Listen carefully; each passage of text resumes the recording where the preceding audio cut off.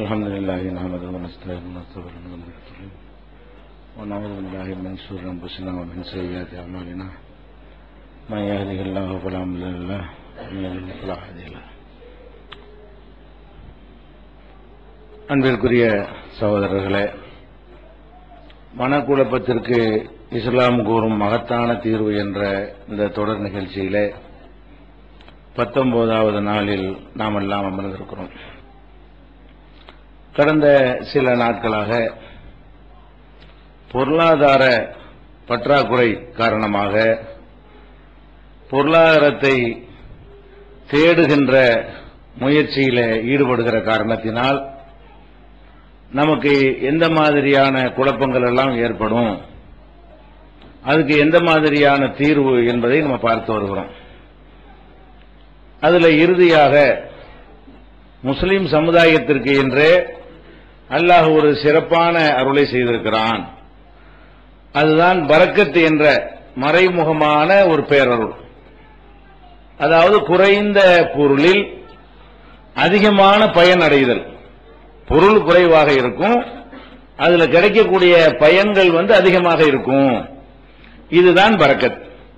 அப்ப இந்த பரக்கத் என்ற ஒரு தனிச்சிறப்பு நம்ம சமுதாயத்துக்கு இருக்கிற காரணத்தினால் நமக்கு அளவு குறைவா இருந்தாலும், நமக்கு கிடைக்கக்கூடிய வருமானம் தொகை குறைவாக இருந்தாலும், அதிலிருந்து நம்முடைய தேவைகள் எல்லாம் நிறைவேறிவிட்டது என்று சொன்னால் அப்ப நம்ம குழப்பம் பண்ண வேண்டிய அவசியம் கிடையாது.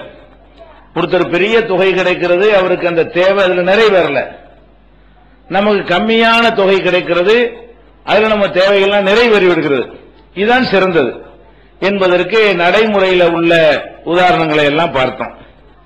அதே மாதிரி நபிகள் நாயகம் ஸல்லல்லாஹு அலைஹி வஸல்லம் சொன்னார்கள், இந்த பரக்கத்தை அடைவதற்காக வேண்டி சில வழிமுறைகளை நீங்கள் கையாள வேண்டும்.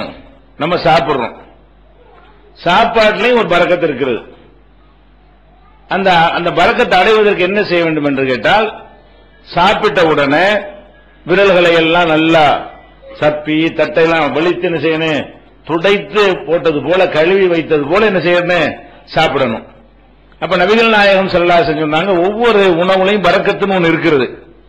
எந்த இடத்தில் எந்த உணவில் அந்த பரக்கத்து இருக்கிறது உங்களுக்கு தெரியாது. அதனால உணவு வைத்து விட்டீர்களேயானால் அதை முழுமையாக குறைத்து சாப்பிட்டு பழகி வந்தோம் என்று சொன்னால் அந்த உணவில் உள்ள பரக்கத்தை நம்ம அடைந்து விடுவோம். ஆனா இன்னைக்கு உணவு வீணாக்குற காட்சியெல்லாம் பாக்குறீங்க. சாப்பிடுறோம், மறுபடியும் சாப்பாடு தேவை என்று சொன்னால் ஒரு நம்ம நடைமுறையில் ஒரு பழக்கமே வைத்திருக்கிறார்கள், கொஞ்சம் வச்சுக்கிட்டு தான் சாப்பாடு மறுபடியும் வைக்கணுமா. சுத்தமா முடிச்சுட்டு என்ன செய்யக்கூடாது, மறு சாப்பாடு வைக்க கூடாதான். அப்ப என்னவாக, பாதி சாப்பாடை வச்சுக்கிட்டே மறு சாப்பாடு எடுத்து வைக்கிறது. கடைசியில எவ்வளவு நமக்கு உடம்புக்கு தேவை, வயிற்றுக்கு தேவை என்பது தெரியாம அதிகமாக வைத்து அதுல பாதியை சாப்பிட்டு விட்டு பாதியை கொண்டு கொட்டுறோம். அதுல பறக்கத்தெல்லாம் போறது நல்லா தெரியுது. பாதியை சாப்பிடுறோம், பாதியை கொண்டு கொட்டுறோம் சொன்னா அந்த உணவுல என்ன இல்ல, பறக்கத்து இல்ல, வீணாக்குறோம் என்பது விளங்குகிறது. அதனால நம்ம விரல்களை எல்லாம் சப்பி தட்டையெல்லாம் வலித்து சுத்தமா சாப்பிட்டோம் என்று சொன்னால் அந்த கடைசி அந்த ஒரு பருக்கையில கூட அந்த பறக்கத்தை எல்லாம் வச்சிருப்பான், அதுல நம்முடைய பசி அடங்கிடலாம். அப்ப சாப்பாடு என்ன செஞ்சிடும், மேல் வைக்க வேண்டிய தேவை இருக்காது. மனசு நிறைஞ்சு உடம்பு நிறைஞ்சு வயிறு நிறைஞ்சு விட்டது என்று சொன்னால் அப்புறம் தேவைப்படாது. இந்த மாதிரி எல்லாம் நமக்கு என்ன இருக்கிறது, பரக்கத்தை அடைந்து கொள்ள முடியும் என்றெல்லாம் ரசூல் ஸல்லல்லாஹு அலைஹி வஸல்லம் சொல்லி இருக்கிறார்கள். இதை நம்ம பார்க்கலாம். அதே மாதிரி நீங்க இந்த பரக்கத்தை அனுபவத்தில் நம்ம எல்லாம் இந்த ரமலான் மாசத்துல என்ன செய்யறோம், அடைந்து கொண்டுதான் இருக்கிறோம். நபிகள் நாயகம் ஸல்லல்லாஹு அலைஹி வஸல்லம் சொன்னாங்க, தஸஹரு, நீங்க எல்லாம் இந்த சஹர் நேரத்தில் சாப்பிடுங்க. ஃபைன்ன பிஸ்ஸுஹூரி பரக்கா, சஹர் சாப்பாட்டுல உங்களுக்கு பரக்கத்து இருக்கிறது. மற்ற சாப்பாட்டில் இருப்பதை விட இந்த சஹர் நேரத்து சாப்பாட்டுல என்ன இருக்கு, பரக்கத்து இருக்குதுன்னாங்க. அது அனுபவத்தில் பாக்குறோமா இல்லையா? நம்ம காலையில சாப்பிடுறோம், மற்ற நாட்கள்ல ஒரு 4 மணி நேரம் 5 மணி நேரம் தாக்கு பிடிக்குது. பகல் மறுபடியும் சாப்பிடுறோம். பகல்ல சாப்பிட்ட பிறகு அதுக்கப்புறம் 4-5 மணி நேரம் ஆன பிறகு ராத்திரியில் என்ன செய்யறோம், சாப்பிடுறோம். ராத்திரியில தூங்கிறதுனால மறுபடியும் சாப்பிடாம இருக்கிறமே தவிர முழிச்சிருந்தா அது 12க்கு ஒரு மணிக்குள்ள சாப்பிடுவோம். வழங்குதா, முழித்து கொண்டு இருந்தோம்னு சொன்னா. அப்ப இந்த ஒரு நாளைக்கு சாப்பிடுற சாப்பாடு 3 வேளை நல்லபடியா சாப்பிடுறோம். அது போக காலையிலையும் நல்ல வயிறு நிறைய லவு சாப்பிட முடியுது, பகல்லையும் சாப்பிட முடியுது, இரவுலையும் சாப்பிட முடியுது. நம்ம அனுபவத்தில் பார்க்கிறோம். சகர் நேரத்தில் சாப்பிடுங்க, சாப்பாடு எடுக்கிற நேரமா அது? அந்த நேரமும் ஒரு அன்டைமா சாப்பாடு பழக்கம் இல்லாத நேரமா இருக்கா? தூங்கி எந்திரிச்சு தூக்க காலத்தில் உட்கார்ந்து எப்போதும் சாப்பிடுவதை விட குறைந்த அளவு தான் சாப்பிடுகிறோம். அப்ப குறைந்த அளவு சாப்பிடுறோம், அதுல இருந்து மறுபடி 13 மணி நேரத்துக்கு பிறகுதான் அடுத்தபடியாக சாப்பிடுறோம். அப்ப 4 மணி நேரம் 5 மணி நேரத்துக்கு தாக்கு பிடிக்கக்கூடிய ஒரு உணவு 13 மணி நேரத்துக்கு என்ன செய்கிறது? தாக்கு பிடிக்கிறது, பசிக்கிறதே இல்லை. அப்ப இந்த சஹருங்கிற அந்த உணவுல குறைவாகவும் சாப்பிடுறோம், சாப்பிடுற நேரம் சரியான நேரமா இல்ல. அப்ப அந்த மாதிரியா சாப்பிடும் பொழுது 13 மணி நேரத்துக்கு நமக்கு தாக்கு பிடிக்கிறது என்று சொன்னால் அல்லாஹ் ஒரு தனியா ஒரு சிறப்பான ஒரு அருள் செய்யறான்னு அர்த்தம். முஸ்லிம் அல்லாத மக்கள் ஆச்சரியமா கேட்கிறாங்கல்ல, எப்படி உங்களுக்கு இருக்க முடியுது? என்ன கேட்கிறாங்க? நாங்கள் விரதம் இருப்போம், விரதம்டா என்ன சின்ன டயத்துக்கு தான் இருப்போம், அந்த விரதத்துல எதுவுமே சாப்பிடாம இருக்க மாட்டோம். அப்படி கிடையாது, தண்ணி எல்லாம் சாப்பிட்டுக்கிறோம், ஜூஸ் எல்லாம் சாப்பிட்டுக்கிறோம், இந்த கறி மீன் தான் தவிர்த்துக்கிறோம். இப்படி இருந்த எங்களுக்கு அது கஷ்டமா இருக்கிறது. நீங்க ஒரு சொட்டு தண்ணியை கூட குடிக்காம 13 மணி நேரம் 14 மணி நேரம் இருக்கிறீங்களா எப்படின்னு கேட்கிறாங்களே. அல்லாஹ் அந்த சஹர் உணவில் நினைஞ்சிருக்கிறான், ஒரு பரக்கத்து செய்திருக்கிறான். இத நபி ஸல்லல்லாஹு அலைஹி வஸல்லம் சஹர்ல பரக்கத்து இருக்குன்னு சொல்றாங்களே, இத கண்ணால் அனுபவிக்கிறோமா இல்லையா? அல்லாஹ் நாடினானேயானால் ஒரு படி அரிசியை தின்றா தான் வயிறு பசி அடங்கும் என்கிற இருந்தா கூட அதுல அரைக்கால் படி அரிசியில பசி அடைக்கிடுவான். அல்லாஹ் நாடினான் என்று சொன்னால், அது பரக்கத்து செய்தான் என்று சொன்னால், அப்ப கொஞ்சம் கொஞ்சம் ஒரு பொருள் என்ன செய்யும், அதிகமான பயன்கள் அடைகிற ஒரு இருக்கிறது நம்பினோமையானால் பணம் கம்மியா இருக்குங்கிறதுக்காக வேண்டி நமக்கு குழப்பம் வராது. சரி, அல்லாஹ் தந்துட்டானா, நமக்கு பொறுப்பேற்றுக்கிட்டான்ல, இதை கொண்டு நம்முடைய தேவை நிறைவேற்றுவான், இதை கொண்டு நம்முடைய எல்லா விதமான பிரச்சனைகளையும் தீர்த்து வைப்பான் அப்படின்னு நம்ப வேண்டும் என்பதையும் நபிகள் நாயகம் ஸல்லல்லாஹு அலைஹி வஸல்லம் வழிமுறையிலிருந்து அறிந்து கொள்கிறோம். இது இந்த பணத்தொல்ல கஷ்டம் சிரமப்படக்கூடியவர்கள் அறிந்து கொள்ள வேண்டிய அடுத்த விஷயம். அதே மாதிரி இந்த பணம் சம்பந்தமாக நமக்கு இருக்கிற இன்னொரு குழப்பம் என்னன்னு கேட்டா, கடன் வாங்கிறோம். சில நேரத்தில் தேவைக்கு பத்தலைன்னா சகிச்சு கொண்டு இருந்துடலாம். ஒரு தேவைக்காக வேண்டி ஒருத்தர் கடன் வாங்கிட்டோம்னு வைங்க, கடன் வாங்கி விட்டோம் என்று சொன்னால் அதை திருப்பி கொடுக்கணும் என்று நினைக்கக்கூடியவர்களுக்கும் மான மரியாதைக்கு முக்கியத்துவம் கொடுக்கக்கூடியவர்களுக்கு இது ஒரு பெரிய உறுத்தலாகவே இருக்கும். எந்த விதமான மானம் கட்டவங்களாம் இருக்கிறான், வாங்கிட்டு என்ன செய்யறான், நான் எப்பட வாங்கினங்க அவனுக்கெல்லாம் உறுத்தாது. திருடுறது ஏமாத்துற மாதிரி அது கடன் வாங்கிட்டு மோசடி பண்ற அவனை விட்டு தெளிய வேண்டியதான்.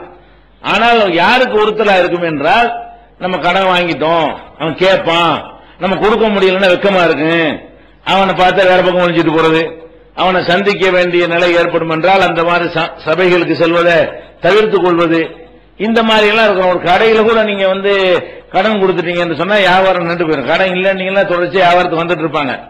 கடன் கொடுத்தீங்கன்னு சொன்னா இந்த கடனை தரணுமேங்கிறதுக்காக வேண்டி தர முடியலன்னு வைங்க, காசு இருக்கும்போது வேற கடையில் வாங்கிட்டு போயிருவான். காசு இருக்கு சரி, கடன்ல தந்திருக்கோம் அங்க போய் வாங்குவோம் அப்படின்னு நினைக்க மாட்டாங்க. இந்த கடன் கொடுக்கணுங்கிறக்கா என்ன செய்யறது, வேற கடையில் வாங்கிட்டு போறது. அப்ப கடன் கொடுத்தா அது ஒரு கடன் தந்திருக்கான அவன் தான் நம்ம வியாபாரம் பண்ணணும் அப்படின்னு நினைப்பு வர மாட்டேங்குது. ஏன்னு கேட்டா, அந்த கொடுக்க முடிய இயலாமை என்று வரும் பொழுது அது நம்மளை எல்லாரையும் பாதிக்கிறது. நல்ல இரையச்சம் உடையவங்க, ஒரு ரோசத்தோட மானத்தோட வாழக்கூடியவர்களுக்கு பாதிக்கிறது. இது பாதிக்கத்தான் செய்யும். கடன்கிறது ஒரு பெரிய விஷயம் தான். ஆனால் நபிகள் நாயகம் ஸல்லல்லாஹு அலைஹி வஸல்லம் அவங்க அதற்காக வேண்டி நமக்கு ஒரு பாதுகாப்பு கவசத்தை நெஞ்சிருக்கிறாங்க, ஏற்பாடு செஞ்சு தந்திருக்கிறாங்க. முதலாவது இந்த கடன் பிரச்சனைக்காக வேண்டி இந்த கடன்ல மாட்டிக்கிற கூடாதுன்னு சொல்லி அல்லாஹ்விடத்தில் நம்ம அடிக்கடி பிரார்த்தனை செஞ்சுக்கிட்டே இருக்கணும். எத்தனை விஷயத்துக்கு நம்ம என்ன செய்யறோம், பிரார்த்தனை செய்யறோம். யாராவது எனக்கு கடன் இல்லாம ஆக்கி வைப்பாயாங்கிறதுக்கு ஒரு முக்கியத்துவம் கொடுத்து பிரார்த்தனை பண்றோமா? பிள்ளைய கூட ரிஸ்க் கூட அதை கூட இதை கூட இப்படிலாம் கேட்கிறோமே தவிர வீட்டை கூட காரை கூடன்னு கேட்கிறோம். இறைவா நான் யார்ட்டையும் கடன் வாங்கிடக்கூடாது, கடன் வாங்கக்கூடிய துன்பத்திலிருந்து என்ன செய்யணும், நீ காப்பாற்ற வேண்டும் அப்படின்னு நம்ம கேட்க மாட்டோம். ஆனா நபிகள் நாயகம் ஸல்லல்லாஹு அலைஹி வஸல்லம் அவங்க அன்றாடம் தொழுகையில ஓதுவதற்கு கற்றுத்தந்த துஆவுல கூட அல்லாஹும்ம இன்னி அஊது பிக மினல் மஹ்ஸமி வல் மக்ரமி, இறைவா பாவத்தை விட்டு உன்னிடத்திலே பாதுகாப்பு தேடுகிறேன், கடனை விட்டு பாதுகாப்பு தேடுகிறேன். அப்ப பாவத்திலிருந்து எப்படி பயந்து ஓடுறதுக்கு அல்லாஹ்ட்ட பாதுகாப்பு தேடுறோமோ அந்த மாதிரி எதுலையும் பாதுகாப்பு தேடணும். எல்லாம் கடனாளி ஆக்கிறாத, கடன் பட்டவங்க என்ன செய்யணும் ரெண்டாவது வச்சுக்கிறோம். முதல்ல இந்த கடன் வராமல் இருக்க வேண்டும் என்றால் அன்றாட என்ன செய்யணும், நம்ம அல்லாஹ்விடத்துல கடன்ல இருந்து பாதுகாப்பு தேடிக்கிட்டே இருக்கணும். அப்ப இத அதிகமாக எந்த அளவுக்கு கேட்டா, இப்படி ரசூலுல்லாஹ் துஆ செஞ்ச உடனே ஒரு தோழர் எழுந்து கேட்கிறார். என்ன கேட்கிறாருன்னா, மா அக்ஸர மா தஸ்தஈது மினல் மக்ரம், கடன்ல இருந்து இப்ப அதிகமா பாதுகாப்பு தர்றீங்களே, அதனால அவ்வளவு பெரிய மேட்டராண்டு ரசூல் ஸல்லல்லாஹு அலைஹி வஸல்லம் கேட்கிறாரு. நீங்க கடன் தொல்லை வரக்கூடாதுன்னு ரொம்ப அதிகமா பாதுகாப்பு தர்றீங்களே, கடனாளி ஆக்கிறாது அல்லாஹ், என்ன கடன்காரன் ஆக்கி விட்டுறாதே, அதுல இருந்து காப்பாத்துன்னு சொல்லி பெரிய பயங்கரமான ஒரு விஷயத்துக்கு தானே அப்படி கேட்போம். ரொம்ப பாதுகாப்பு தேடுறாங்க ரசூல் ஸல்லல்லாஹு அலைஹி வஸல்லம்.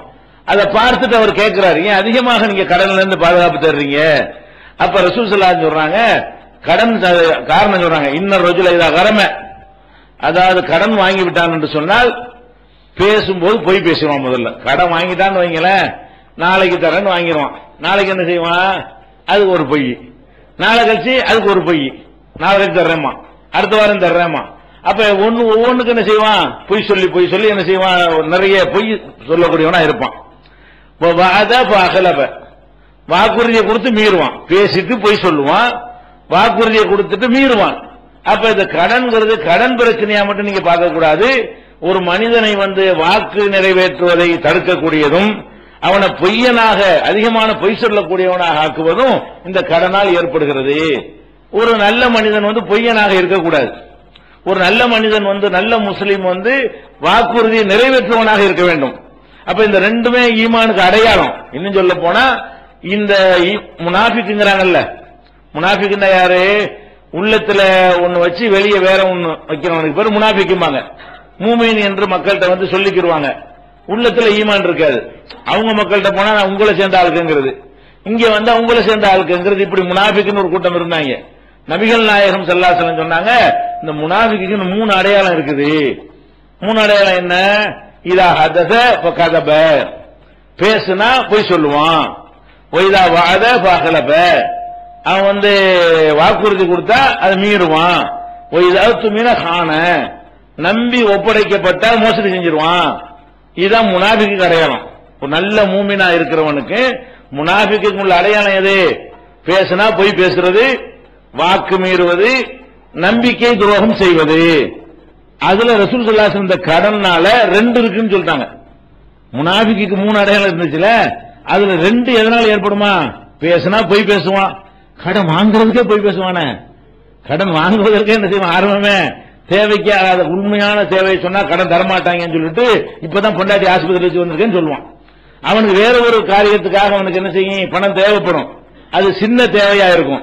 இதுக்கெல்லாம் ஏன்டா கடன் வாங்குறீங்கன்னு கேட்டுவாங்கிறதுக்காக வேண்டி கடன் வாங்குறதுக்கே என்ன செய்வான், அதுக்கு தகுந்த மாதிரி பொய் சொல்லுவான்.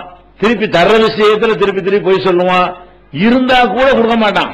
அதாவது இல்லாம கொடுக்க முடியாம போனா அது ஒரு கணக்கு இருக்கு, அல்லாஹ் அதை பார்த்து கொண்டிருக்கிறான். சில பேர் என்ன செய்வான், கடன் வாங்கிட்டு கொடுக்கறதுக்கு இருக்கும், இத்தனையோ செலவுகள்லாம் பண்ணுவான், விரயம் பண்ணுவான், அது பண்ணுவான், இது கல்யாணத்துக்கு பல லட்சங்கள் செலவு செய்வான். ஒரு கடைக்கு கொடுக்க வேண்டிய ஒரு 1000 ரூபாய் கொடுக்க மாட்டான். ஒரு பால்காரனுக்கு கொடுக்க வேண்டிய காசு என்ன செய்ய மாட்டான், கொடுக்க மாட்டான். அப்ப எத்தனையோ சின்ன சின்ன தெருவில் உள்ளவங்கள்ட்ட எல்லாம் போய் வாங்கியிருப்பான் கடன், அதெல்லாம் கொடுக்க மாட்டான். லட்சக்கணக்கான ரூபாயில செலவு பண்ணுவான். அப்ப வச்சுக்கிட்டே மோசடி செய்ய வாக்குறுதி மீறக்கூடிய நிலையெல்லாம் ஏற்படுகிறது. அப்ப அதுக்கு தான் நபி ஸல்லல்லாஹு அலைஹி வஸல்லம் அவங்க கடன்கிற ரொம்ப பயப்பட வேண்டிய விஷயம்னு சொன்னாங்க. இது புகாரியில 833வது ஹதீஸ்லயும் 2397வது ஹதீஸ்லயும் இருக்கிறது. அதனால நீங்க அடிக்கடி என்ன செய்ய வேண்டும் என்றால், இந்த கடன் வரக்கூடாது அல்லாஹ்ட்ட பாதுகாப்பு தேட வேண்டும். பொய்யனாகாமல் நம்ம தப்பிச்சுக் கொள்ளலாம். அல்லாஹ்ட்டே அந்த கவசத்தை ஒப்படைத்து விடும் பொழுது நமக்கு என்ன செய்யும், சுமை குறைந்து விடுகிறது. அதே மாதிரி நபி ஸல்லல்லாஹு அலைஹி வஸல்லம் அவர்கள் அடிக்கடி பாதுகாப்பு தேடும் பொழுது சில விஷயங்களை பாதுகாப்பு தேடுவாங்க. அதுல கடனை கண்டிப்பா குறிப்பிடுவாங்க. அல்லாஹும்ம இன்னி அஊது பிக்க மினல் ஹம்மி வல் ஹுஸ்னி, கவலை துக்கம் ரெண்டு ஒண்ணுதான், அவங்களும் 2 வார்த்தையை போடுறாங்க. கவலை துக்கம் ஆகியவற்றிலிருந்து பாதுகாப்பு தேடுகிறேன். ஒல் அஜிஸி ஒல் கசலி, பலவீனம் இயலாமல் போவது, சோம்பேறித்தனம், இதிலிருந்து நான் பாதுகாப்பு தேடுகிறேன். ஒல் ஜுபுனி கோழைத்தனத்திலிருந்து பாதுகாப்பு தேடுகிறேன். ஒல் புகுலி கஞ்சத்தனத்திலிருந்து பாதுகாப்பு தேடுகிறேன் சொல்லிட்டு அடுத்ததாக கடனிலிருந்து பாதுகாப்பு தேடுகிறேன். இறைவா உன்னிடத்துல நான் கோழையா இருக்கக்கூடாது, கஞ்சனா இருக்கக்கூடாது, கவலைப்பட்டு தாவக்கூடாது, பலவீனனா இருக்கக்கூடாது, சோம்பேறியா இருக்கக்கூடாது, அதே மாதிரி நான் கடனாளியாவும் இருக்கக்கூடாது, இதை விட்டு உன்னிடத்துல பாதுகாப்பு தருகிறேன் என்று நபிகள் நாயகம் ஸல்லல்லாஹு அலைஹி வஸல்லம் சொல்லிக் கொண்டே இருப்பார்கள். இது புகாரியில 6399வது ஹதீஸ்ல இடம்பெற்றிருக்கிறது. அப்ப முடிஞ்ச கடன்ல இருந்து இப்ப பாதுகாப்பு தேடுறோமோ, அப்ப ஒரு முழு மன ரீதியாகவே நம்ம கடன் வாங்குவதை தவிர்க்க நினைக்குவோம். நம்முடைய பலவீனம் என்ன இருக்கு, உங்கள்ட்ட காசு வச்சு ஒரு பொருளை வாங்க நினைக்கிறேன்னு வைங்களேன், தேவை இருந்தா தான் வாங்குவீங்க. ஒரு பொருளை வாங்க போறீங்க, கையில காசு இருக்குது, அதை வாங்கும் பொழுது என்ன செய்வீங்க? காசு கொடுத்துட்டு வாங்குறதா இருந்தா அது இது தேவையா? அது வாங்கிட்டோம்னா நாளைக்கு வேற ஒரு செலவுக்கு வருமே, இதை வச்சுதான் ஒரு மாசத்தை ஓட்ட வேண்டி இருக்கிறது, வேற வேற பிரச்சனைகள்லாம் இருக்குதுன்னு சொல்லி அதை விட மிச்சமா இருந்தா வாங்கிடுவீங்க. இல்ல சரியா வராதுன்னு பேச பாக்கெட் வச்சு அடுத்த நாள் பாத்துக்கணும்னு வந்துருவீங்க. கடன் தர்றான்னு வைங்க, ஒரு பொருள் கடன் இல்லாட்டா வாங்குவீங்க. கொடுக்க இயலும் அதெல்லாம் கவலை கிடையாது. ஏசி வாங்கிற கடன், பிரிச்சு கடன் இருக்கிறவங்களேன், இந்த ஏசி வாங்க நம்ம கெப்பாசிட்டி இருக்கா, அது திருப்பி கொடுக்க இயலுமா? ஏசி வாங்கினா 20,000 30,000 வேணுமே, நம்ம வாழ்க்கை செலவு சாப்பாட்டுக்கு சரியா ஓடிக்கிட்டு இருக்கும் பொழுது 30,000 எந்த காலத்துல நம்ம கொடுக்க போறோம்? அப்ப கொடுத்தோம்னு சொன்னா அது வாழ்க்கை செலவுக்கு பத்தாம போயிருமே, அதுக்கப்புறம் கரண்ட் பில் அதிகமா வருமே, அதுக்கப்புறம் செலவுலாம் வருமே என்றெல்லாம் கணக்கு பண்ணி காசு கொடுத்து வாங்கல யோசிக்கிறோம். கடனா கிடைச்சுன்னு சொன்னாலேயே தேவையை விட ஜாஸ்தியா வாங்குவோம், தேவையில்லாததெல்லாம் வாங்குவோம். ஒரு 10 கிலோ வாங்குற இடத்துல 20 கிலோ வாங்கி போடுவோம். காசு கொடுத்து வாங்கினா அப்ப என்ன விளங்குறோம்? கடன் ஓசி மாதிரி. என்ன மேட்டர் நினைச்சுக்கிறோம்? கடன் தானே. ஆனா நம்ம கொடுக்க போறோம், விட போறது இல்லாம.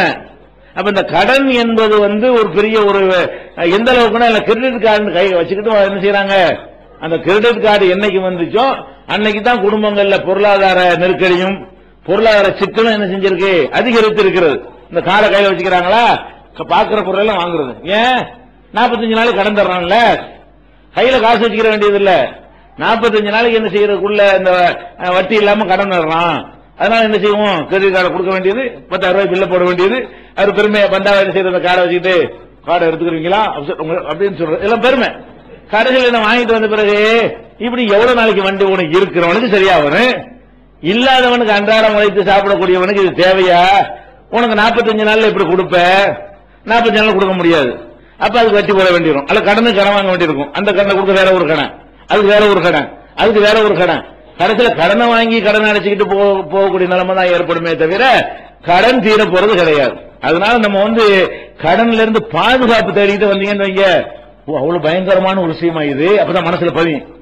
கடன்ல பாதுகாப்பு தேடாம இருந்தீங்கன்னா கடன் சாதாரணமா தர்மமா வாங்குற மாதிரி அன்பளிப்பு வாங்குற மாதிரி நினைச்சுக்கிட்டு இருக்கிறோம். அப்ப அந்த மாதிரியான ஒரு பயம் உண்டாகக்கூடிய வகையில் நம்ம என்ன செய்யணும், இனிமேல் இதுவரைக்கும் நம்ம அப்படி நடந்து கொண்டிருந்தாலும் கடன்கிறது நம்மளா ஏற்படுத்தி கொண்டதுதான். நமக்கு மனநோய் வருது, மன அழுத்தம் வருது என்று சொன்னால் கடன் எப்போ வாங்கலாம்? ஒரு மருத்துவ உதவி, ஒரு சீரியஸான ஒரு ஆள் இருக்கிறாரு, அவருக்கு மருத்துவ செலவு பண்ணணும், கையில நம்மள்ட்ட வருமானம் இல்ல, அந்த நேரத்தில் கடன் என்ன செஞ்சாவன வாங்கி ஆகணும். அது ஓகே, அது நியாயமான கடன். அல்ல சாப்பிட்டு 5 நாளாச்சு, ஒரு வேலையும் கிடைக்க மாட்டேங்குது, அப்ப சாப்பிடாட்டி செத்து போயிருவோம், படுத்து கிடந்துருவோம், பலவிதமான பாதிப்பு ஏற்படும். இந்த மாதிரி நேரத்தில் ஒரு சின்ன ஒரு தேவைக்கு கடனை வாங்கி கொண்டோமே ஆனால் இது ரீசன், இதெல்லாம் என்ன இருக்கிறது, ஒரு நியாயமான ஒரு காரணத்துக்காக நம்ம வாங்குறோம் என்ற வாழ்ந்தாவணுங்கிற ஒரு நெருக்கடிக்காக வேண்டி, உயிர் காப்பாற்றணும் என்ற ஒரு நெருக்கடிக்காக வேண்டி பணத்தை கணக்கு பண்ண முடியாது. அப்ப இல்லாட்டால் நம்ம கொடுத்து பின்னாடி என்ன செய்வோம், சில செலவுகளை குறைச்சாவது சில வருமானத்தை அதிகரித்தாவது கடனை கொடுத்துருவோம்னா இது ஏற்கத்தக்க ஒரு கடன். நம்ம அதுக்காக கடன் வாங்குறோம். அதிகமான பேர் எது கடன் வாங்குறான்னு சொன்னா 10 20 ஆக்குறது தான் கடன் வாங்குறான். ஏற்கனவே 10 லட்சம் ரூபாய் இருக்கும், அது 20 லட்சம் ரூபாய் ஆக்குறதுக்கு கடன் வாங்குறான். ஏற்கனவே ஒரு வீடு இருக்கும், அதை பெரிய வீடு ஆக்குறதுக்கோ அல்லது இன்னொரு வீடு கட்டுறதுக்கு தான் கடன் வாங்குறான். ஏற்கனவே வீடு இருக்கும், வீட்டுல இன்னொரு மாடி கட்டணும், ஒன்று நல்ல தரலையில மாடி கட்டுறது தந்து கட்டிருப்பியா இல்லையா, உனக்கு தரல, உன் சோத்துக்கும் வாழ்க்கைக்கும் சரி சம்பாதிக்கும் சரியா இருக்கிறது. அப்படி என்ன நினைக்கணும், நமக்கு இவ்வளவுதான் வருது, இந்த நேரத்தில் மேல ஒரு மாடியை கட்டுறதுக்கு அதுக்கு ஒரு 20 லட்சம் ரூபாய் 30 லட்சம் ரூபாய் செலவழிக்கிறதா இருந்தா நம்மள்ட்ட இல்ல, கடனை வாங்கிட்டு அதை கட்டிட்டோம்னு சொன்னா எப்படி அதை கடனை செலுத்த முடியும்? கடன்காரன் கொடுக்கணுமா இல்லையா? இத நம்மளா இழுத்து போட்டுக்கிறோமா அல்ல யாராவது நம்ம தலையில் திணிச்சாங்களா? நம்மளா இழுத்து போடுறோம். இந்த கடனுக்கு வாங்குறது என்பது, கடனுக்கு பெரும்பாலும் தர மாட்டான், வட்டிக்கு தான் கடன் தருவான். சொந்தக்காரன் தான் கடனுக்கு சும்மா தருவான், மற்றவன்ட்ட கடன் வாங்க போனா என்ன செய்வான், வட்டி தான் போடுவான். அப்ப அந்த மாதிரி எல்லாம் நம்மளாதான் இழுத்து போட்டுக்கிறோம். நிர்பந்தத்துக்கு வாங்குவதை பத்தி பிரச்சனை இல்ல, ஆனால் கடன்கிறத முடிஞ்ச அளவுக்கு நம்ம தவிர்க்கணும். ஷஹீதுக்கு கூட கடன் மன்னிக்கப்படாதுங்கிறாங்க ரசூல் ஸல்லல்லாஹு அலைஹி வஸல்லம். யுக்ஃபர் லி ஷஹீதி குல்லு தம்பின் இல்ல தைன். அல்லாஹ்வுடைய பாதையில உயிர் தியாகம் செஞ்சுட்டு போனா கூட கடன்காரன் குரலை பிடிப்பான், அப்ப உன்னுடைய அமல்லாம் பறிச்சு கொடுக்கப்பட்டுரும், கவனமா இருந்துக்க எச்சரிக்கிறாங்களே. அப்ப நம்ம மன ரீதியாக நம்ம இன்னைக்கு மாறிக்கொள்ள வேண்டும். எக்காரணத்தை கொண்டும் ரொம்ப அவசியம் ஏற்பட்டாலே தவிர நாங்கள் கடன் வாங்க மாட்டோம் நீங்க வாழ்ந்து பாருங்க, மன உளைச்சலுக்கு இந்த வேலையே இல்லை. ஏன் வருது? இருக்கிற கொண்டு வாழ்ந்துட்டு போறோம்.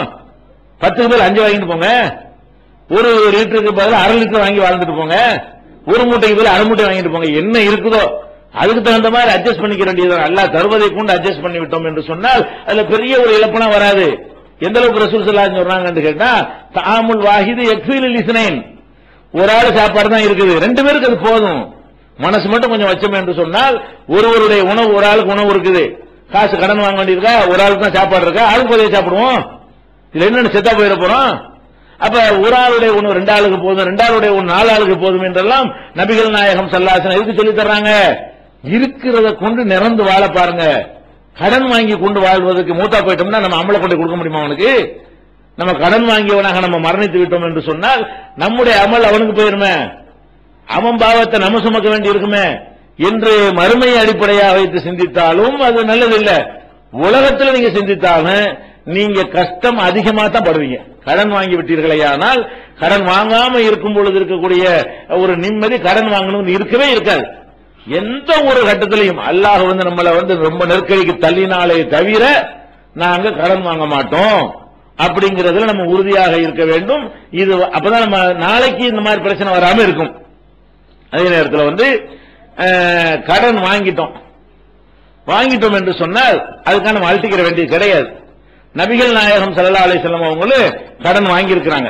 எதுக்கு வாங்கியிருக்கிறாங்கன்னு கேட்டா, ஒரு வீட்டை 2 வீட்டாக்குறதுக்கு வாங்கல. எதுக்கு வாங்கியிருக்கிறாங்க?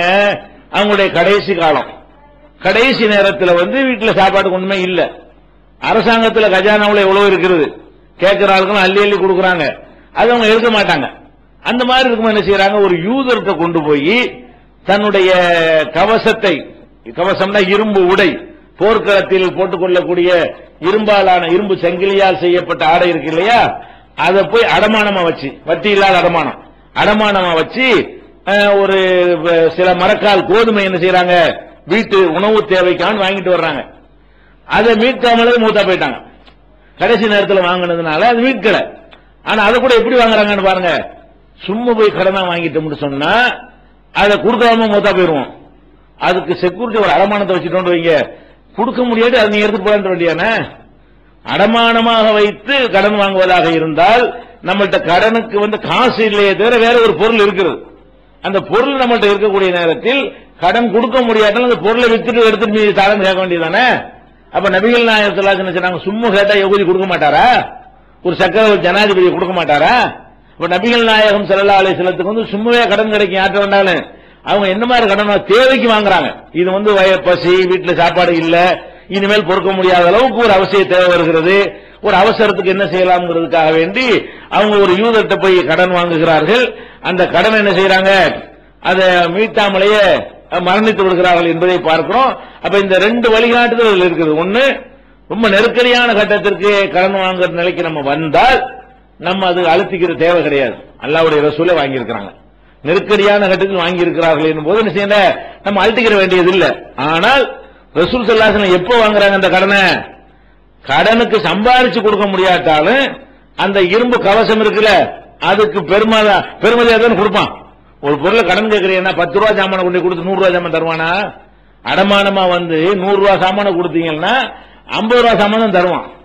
அடமானமா 1 பவுன் நகையை கொடுத்தீங்கன்னு சொன்னா அரை பவுன் 3/4 பவுனுக்குரிய காசு தான் உங்களுக்கு தருவானே தவிர 1 பவுன் நகையை கொடுத்துட்டு 5 பவுன் நகைக்கு உள்ள காசு தருவானா? தரமாட்டான். அப்ப அடமானமாக கொடுத்து கடன் வாங்கக்கூடிய ஒரு பழக்கத்தை நம்ம வைத்துக் கொண்டோமே, ஆனால் இதுதான் ரசூலுல்லாஹ்வுடைய முன்மாதிரி. சும்மா கடன் வாங்கக்கூடாது. சும்மா கடன் வாங்கினால் நம்ம செலுத்த மாட்டோம். நம்ம வேணும் அதிகமான சுமைகளை சுமக்கக்கூடியவர்கள் ஆகுவோம்.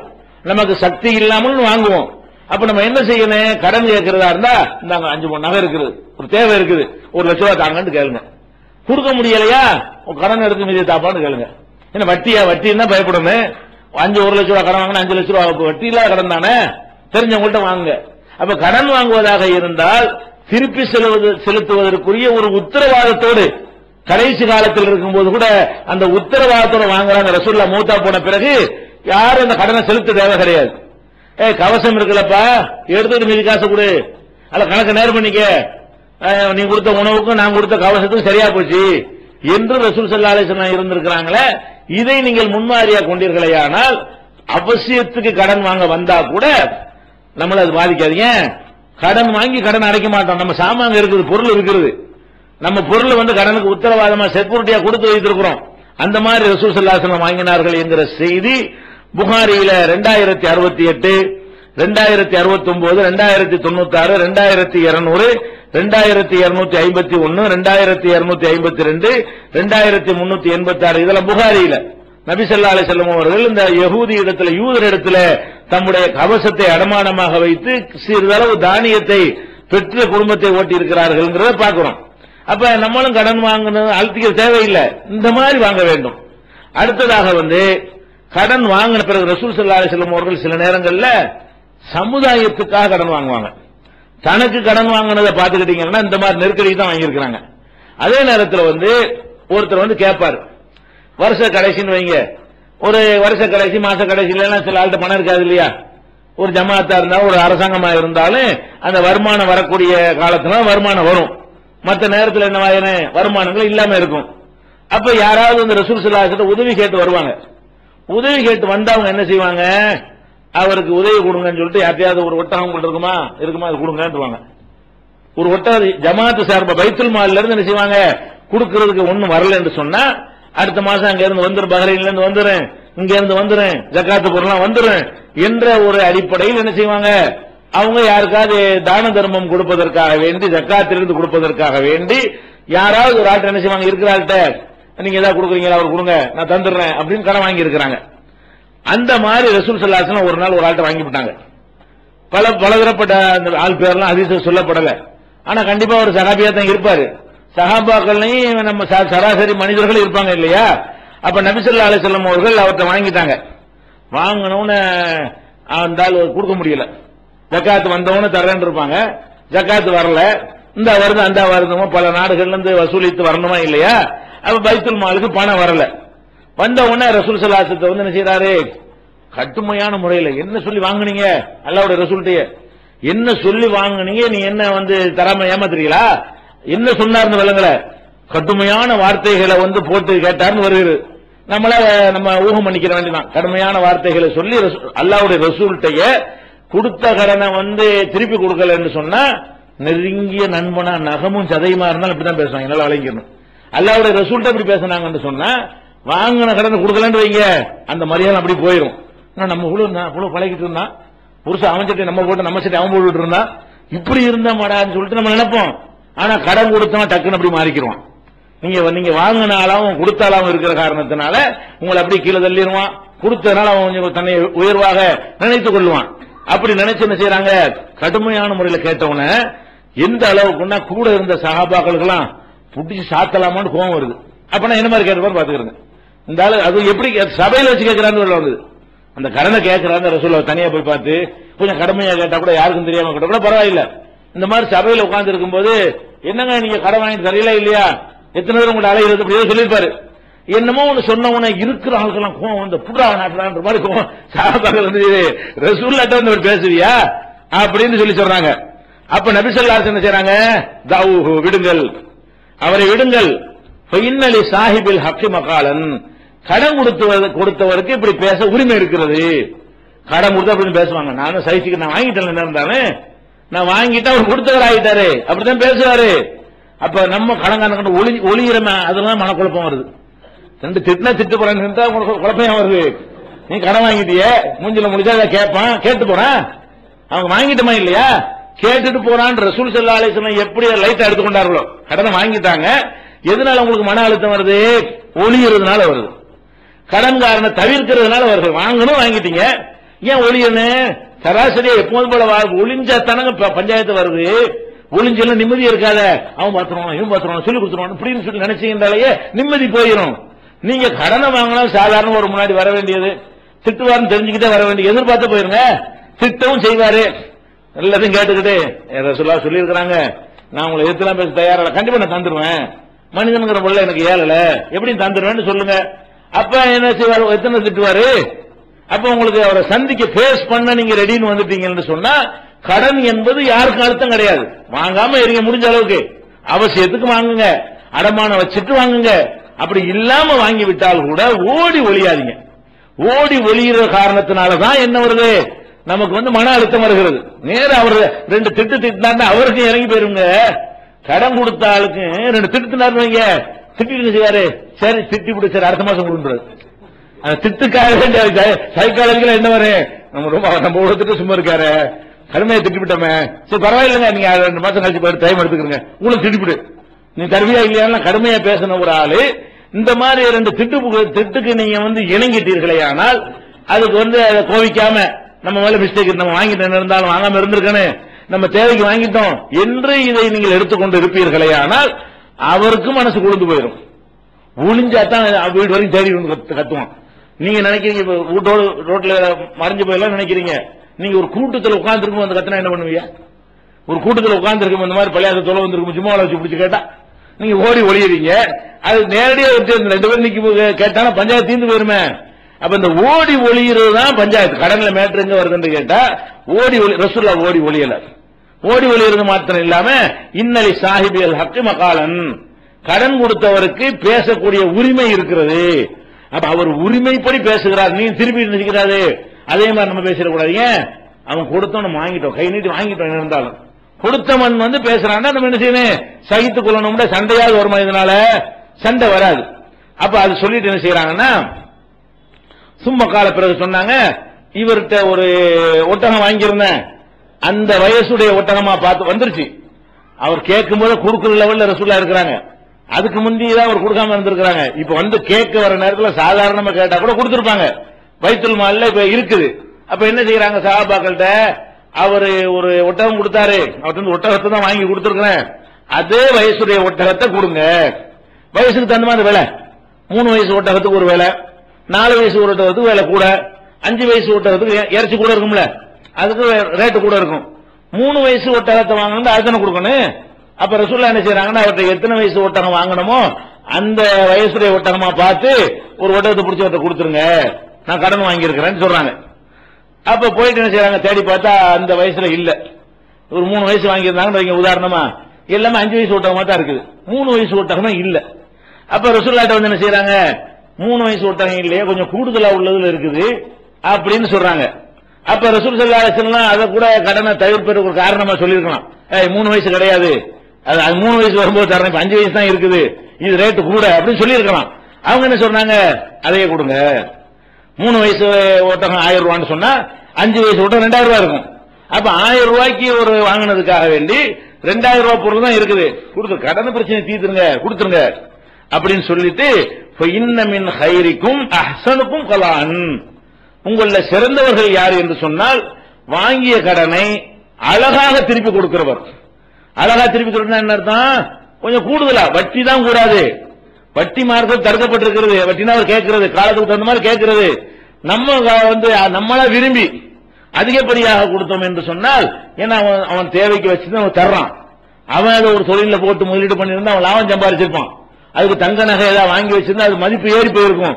நம்மள்ட்ட கடன் தந்ததுனால அவர் உதவியும் செஞ்சிருக்கிறாரு. அவருக்கு எப்படி இருந்தாலும் இந்த நவீன காலத்து பொருளாதாரத்தில் கடன் கொடுக்கிறவனுக்கு இழப்பு ஏற்படுகிறது.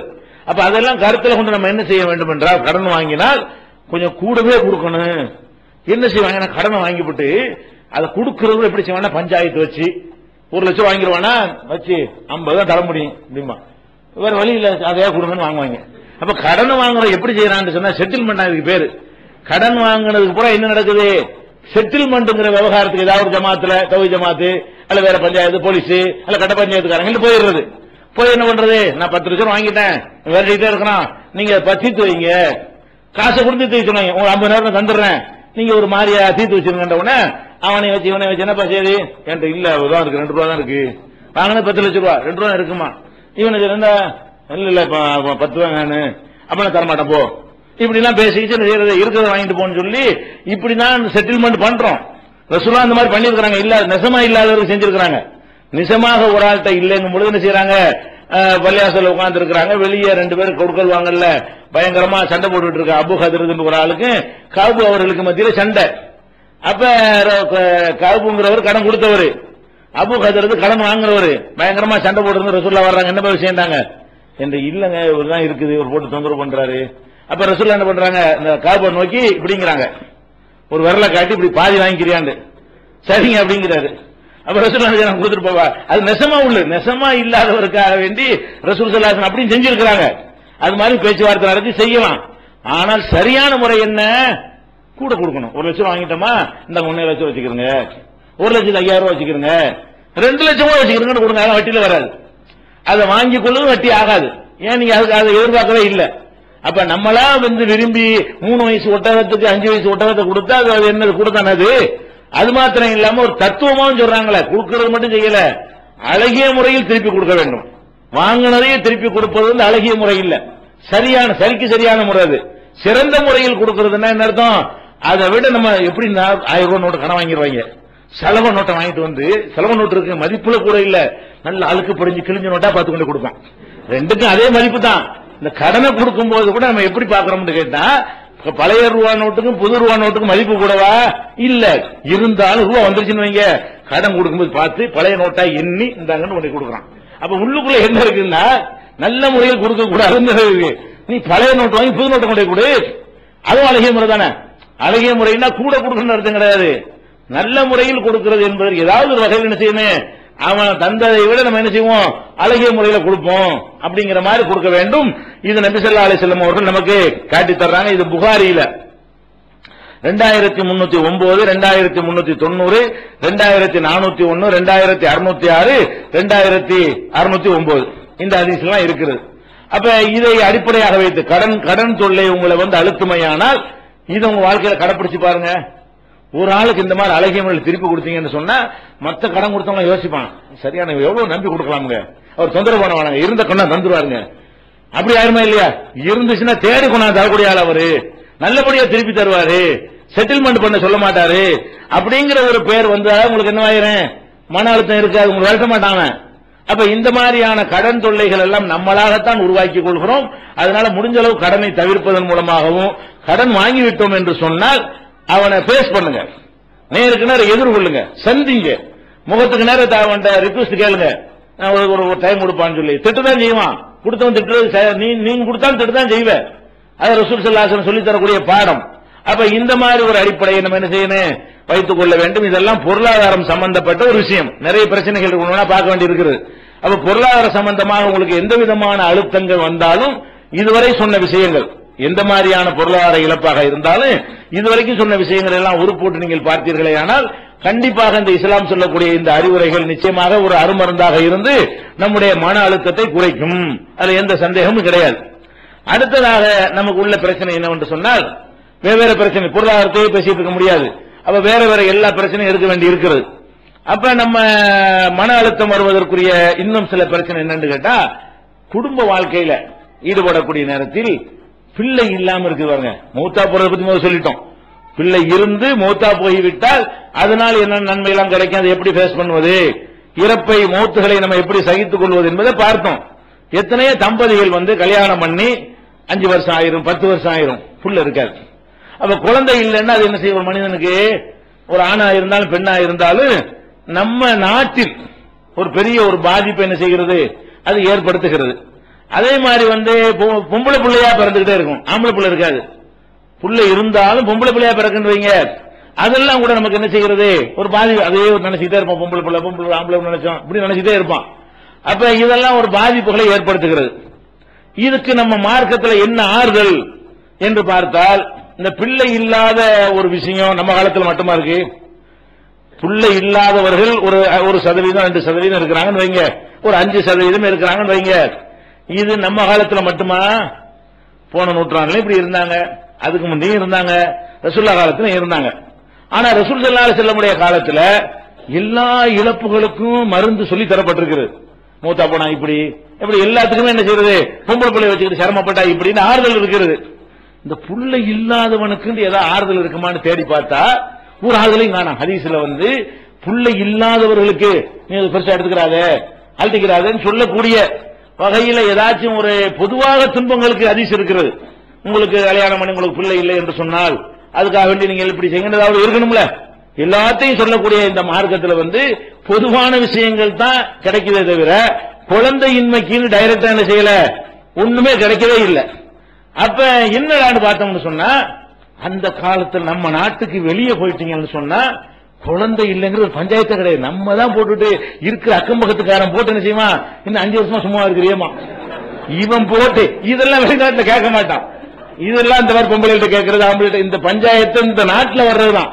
வேறு நாடுகள்ல இந்த நாட்டை தாண்டி விட்டாலும் சரி, நபிகள் நாயகம் காலத்துல போனாலும் சரி, எந்த ஒரு சஹாபியாச்சு வந்து அல்லாஹ்வுடைய தூதரே 10 வருஷமாச்சு புள்ளை இல்ல, 20 வருஷமாச்சு புள்ளை இல்லன்னு சொல்லி இருக்கிறாங்களா?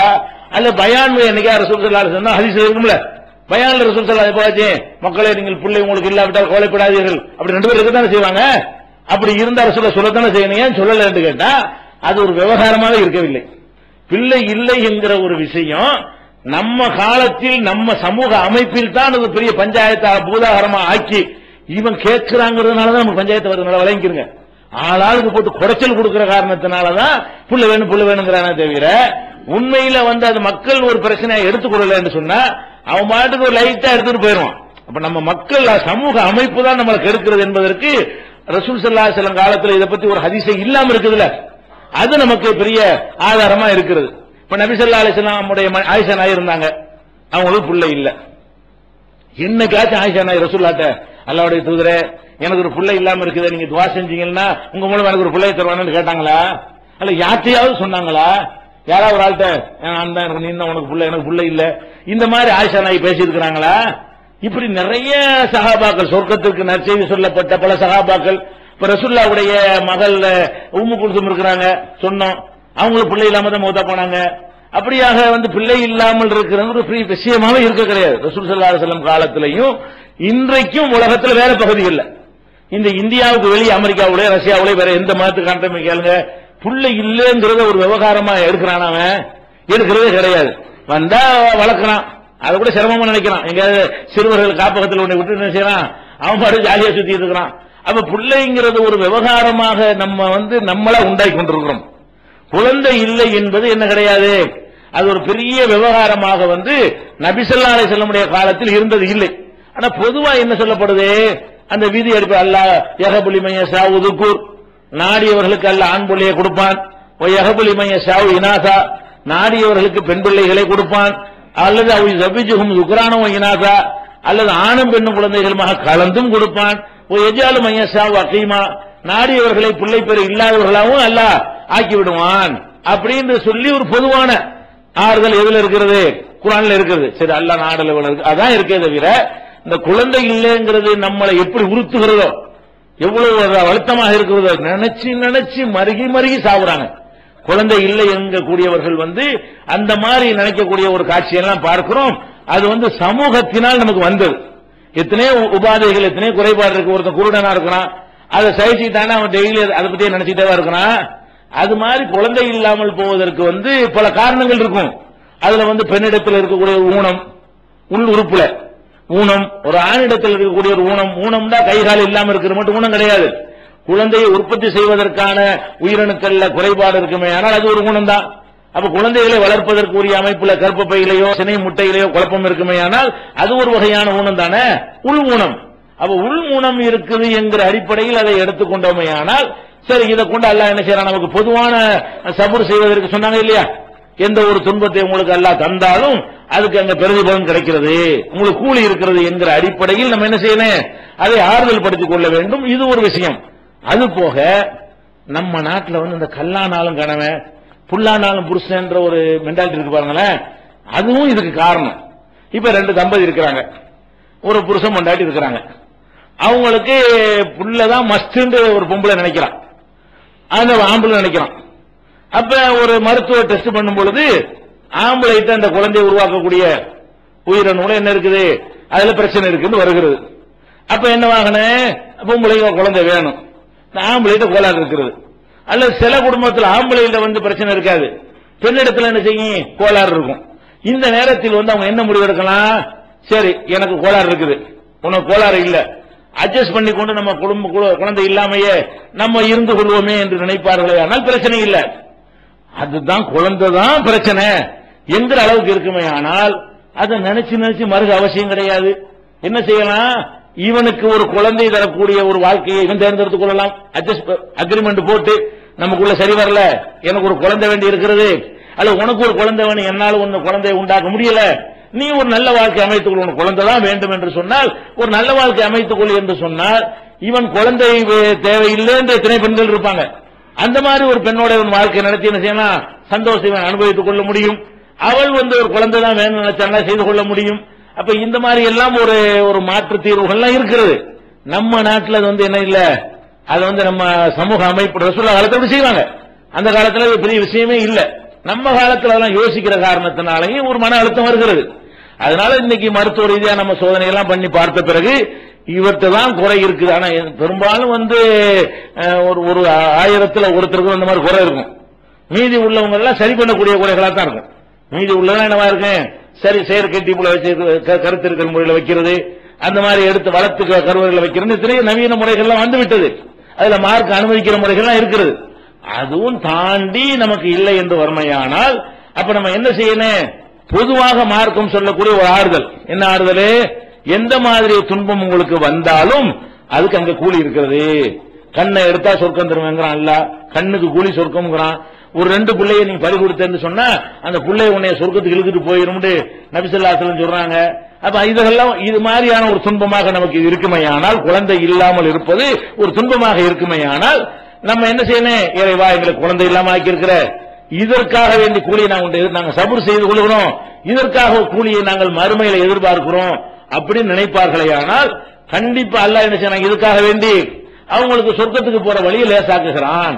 அமல்கள் மூலமாக போவதை விட இந்த மாதிரியான காரணங்கள் ஒரு சீக்கிரமாக என்ன செய்ய முந்தி கொண்டு செல்லக்கூடிய நிலையில ஏற்படும் என்று கடைசியா எல்லா வைத்தியம்லாம் பண்ணி பார்த்து விட்டு யார் 2 பேருக்கும் சரியில்லை, உங்களுக்கு குழந்தையே பிறக்காதுங்கிற அளவுக்கு ரிப்போர்ட் வந்து விட்டது என்று சொன்னால் அப்ப என்ன செய்ய வேண்டியதுதான், இப்படி செய்ய வேண்டியது. அது போக அல்லாஹ் நாடினால் அதையும் மாற்றும், அதையும் வழங்கணும். ஜக்கரியா நபிக்கு மாத்திர மாதிரி பிரார்த்தனையில் நம்பிக்கை வைத்துக் கொண்டிருக்க வேண்டும். ஜக்கரியா நபி தல்லாத வயசாச்சு, அவங்க மனைவி எல்லாம் அந்த மாதவிடையெல்லாம் நின்று போய் பிள்ளையெல்லாம் பெற முடியாதுங்கிற அளவுக்கு ஆயிட்டாங்க. எந்த டாக்டர் போய் கேட்டாலும் பிள்ளை பெற மாட்டாங்கன்னு சொல்லுவாங்க. ஜக்கரியா நபியுடைய மனைவியை போய் கேட்டோம்னா அவர் அப்படித்தானே சொல்றாரு, நான் கிழவனா இருக்கிறேன், என் மனைவி அந்த மாதிரி இருக்கிறாங்க, எங்களுக்கு எப்படி பிள்ளை பிறக்கும் அப்படிங்கிறாங்க. இப்ராஹிம் நபியுடைய மனைவி அப்படித்தான் சொன்னாங்க, உங்களுக்கு குழந்தை பிறக்கும் நற்செய்தி சொல்லும் பொழுது அலிதுவான அஜூசும், நான் கிழவியா இருக்கேன் எனக்கு பிள்ளை பிறக்குமா, கிழவியா இருக்கேன்னு என்ன அர்த்தம், குழந்தை பெறுவதற்கு கிழவனுக்கு குழந்தை பிறக்கும், கிழவிக்கு பிறக்காது. கிழவனா இருந்தாலும் என்ன செய்யும், குழந்தை பிறப்பதற்கு அவனுடைய உயிரணு தான் வேண்டும். ஆணுக்கு அது பிரச்சனை இல்லை. பெண்களுக்கு குழந்தை பெறுவதாக இருந்தால் அவங்களுக்கு அந்த மாதவிடாய் வந்து கொண்டிருக்க வேண்டும். அப்பதான் சினை முட்டை உற்பத்தி ஆகி கொண்டிருக்கும். அந்த முட்டை உற்பத்தி ஆகிற காலத்தில் தான் பொம்பளையால பிள்ளை பெற முடியும். கிழவனுக்கு பிள்ளை பிறக்குமாண்டா யாருக்கும் டவுட் வராது, கிழவிக்கு பிறக்குமான்னு டவுட் வந்துடும். எப்படி பிறக்கும், அந்த பருவத்தை கடந்துட்டாங்களே. அப்ப அந்த அம்மா கேட்கறாங்க, இப்ராஹிம் நபிக்கு போய் பிள்ளை நற்செய்தி சொல்லும் பொழுது உங்களுக்கு அல்லாஹ் ஒரு ஆம்பளை பிள்ளைக்கு நற்செய்தி சொல்கிறான் அப்படின்னு சொன்ன உடனே அவங்க அந்த அம்மா என்ன கேட்கிறாங்க, சிரிச்சிட்டதும் கேலியா நினைச்சுக்கிட்ட மலக்குகள் நற்செய்தி சொல்லும் பொழுது அலிதுவான அஜூதுனு ஹாதா பாலி ஷேகா, நான் கிழவியா இருக்கேன், இந்த ஆள் கிழவனா இருக்காரு என் புருஷன் இப்ராஹிம், அப்ப எங்களுக்கு பிள்ளை பிறக்குமா, இன்ன ஹாதால செய்வனு உஜாப், இது பெரிய ஆச்சரியமான விஷயங்கிறாங்க. அப்ப அல்லாஹ் அதுக்கு என்ன பதில் சொன்னா, கதாலிக்கு அப்படித்தான் பிறக்கும், நான் சொல்லிட்டேன் பிறக்கும், நான் நினைச்சது பிறக்கும் அப்படின்னு சொல்லி குழந்தைய கொடுத்தான். அப்ப நீங்கள் மருத்துவமே கைவிட்டு விட்டால் கூட குழந்தை பிறப்பதற்குரிய சாத்தியமே இல்லை. நில் ரிப்போர்ட் வந்துருச்சு, நில் போட்டு வந்துருச்சு, எந்த சாத்தியமும் இல்லைன்ட்டான். அல்லாட்ட முறையிட வேண்டியதான். அல்லாஹ் நாடினால் எல்லாம் உண்டாக்குவான். ஜக்கரியா நபியுடைய மனைவிக்கு உண்டாக்குன மாதிரி, இப்ராஹிம் அலைஹிஸ்ஸலாமுடைய மனைவிக்கு உண்டாக்குன மாதிரி அதையும் உண்டாக்குவான். நம்பிக்கையோடு நீங்க அல்லாட்ட பிரார்த்தனை செய்யுங்க. அதுக்கும் அல்லாஹ் என்ன செய்வான், நிச்சயமாக அவன் நாடினால் அதெல்லாம் பெரிய விஷயம் கிடையாது, சரி பண்ணி விட்டுவான் அல்லாஹ் ரப்பல் ஆலமீன். அந்த நம்பிக்கையோட கேட்க வேண்டும். ஒன்று கேட்டும் வரவில்லை என்று சொன்னால், இறைவா நாங்கள் இது சபர் செஞ்சு கொள்றோம், எல்லாரும் குழந்தையை கொஞ்சம் மகிழ்ந்து சந்தோஷமா இருக்கிறார்கள், எங்களுக்கு அந்த வாய்ப்பு இல்ல, எங்களுடைய தள்ளாத வயசுல கவனிப்பதற்கு கூட ஒரு பிள்ளை இருந்தா எங்களுக்கு நல்லா இருக்கும், அதெல்லாம் இல்லாம இருந்து எங்களுக்கு சிரமம் ஏற்படும், நீ அதுக்கு இதுக்கெல்லாம் எங்களுக்கு மறுமையில கூலியாக்கி தந்துவிடு அப்படின்னு அவங்க நினைத்துக் கொண்டு சபர் செய்வார்களே. ஆனால் அவங்களுடைய மறுமை வாழ்க்கை என்ன செய்யும், சிறப்புக்குரியது அமையும் என்பதையும் கருத்தில் கொண்டோமே. ஆனால் பிள்ளை இல்லைங்கிற ஒரு பஞ்சாயத்து ஆகுமா, ஆகாது. ஏற்கனவே சொன்ன பொதுவான அந்த ஆறுதல்களையும் சேர்த்துக் கொண்டீர்களே, ஆனால் அது ஏற்படவே செய்யாது. அடுத்து என்னன்னு கேட்டா, பஞ்சாயத்து பொம்பளை பிள்ளை பிறந்த உடனே அந்த காலத்துல அரபிகள் மூஞ்சிலாம் கருத்து போயிருமா, நல்லா சொல்லி காட்டுறான். இதா புஷிர் அகதுகும் பில் உன்சா லல்ல வஜுஹு முஸ்வத்தா, ஒருத்தனுக்கு பொம்பளை பிள்ளை பிறந்துச்சுன்னு செய்தியை சொன்னோன்னு மூஞ்சி கருத்து போயிருமா. கருத்து போய் என்ன செய்வான்னா எத்தவாராமினல் கௌமி, சமுதாயத்தை விட்டு மறைந்து வாழ ஆரம்பிச்சிருவான். கடன்காரன் வாங்கி மறைகிறவன் அந்த மாதிரி மறைந்து ஆரம்பிச்சிருவானா. எதுக்காக வேண்டி? அது கேவலம். பொம்பளை பிள்ளை பெற்றுட்டான், திருட்டு போய் மாதிரி பொம்பளை பிள்ளை பெற்றுட்டான் சொல்லி கேவலமா பேசுவாங்களாம். அப்ப பொம்பளை பிள்ளை பெற்று விட்டால் கேவலமாக பேசுவார்களே என்று மக்களை விட்டு மறைந்து ஒரு நம்மளாம் புள்ள பிறந்த என்ன செய்யறோம், அக்கிய கொடுக்குறோம், சூத்து எடுத்துக்கிறோம், சந்தோஷமா காட்டுறமா இல்லையா? அவங்கள்ட்ட அது கிடையாது. அது ஆம்பளை பிள்ளை இருந்தா மட்டும் சந்தோஷம். பொம்பளை பிள்ளை பிறந்து செஞ்சோம்னா அவன் என்ன செய்வான், அது பெரிய இந்த கேவலமான ஒரு இழிவு ஏற்பட்ட மாதிரியும் அப்ப ஓடி ஒளிய ஆரம்பித்துக்கணும். கொஞ்ச நாள் தலையை காட்ட மாட்டான். பொம்பளை பிள்ளை பெற்றுட்டாண்டு ஒரு சமூகத்தில் சொன்னா அது பயங்கரமான ஒரு கேவலமான ஒரு இழிவு அப்படின்னு நினைத்தார்களே.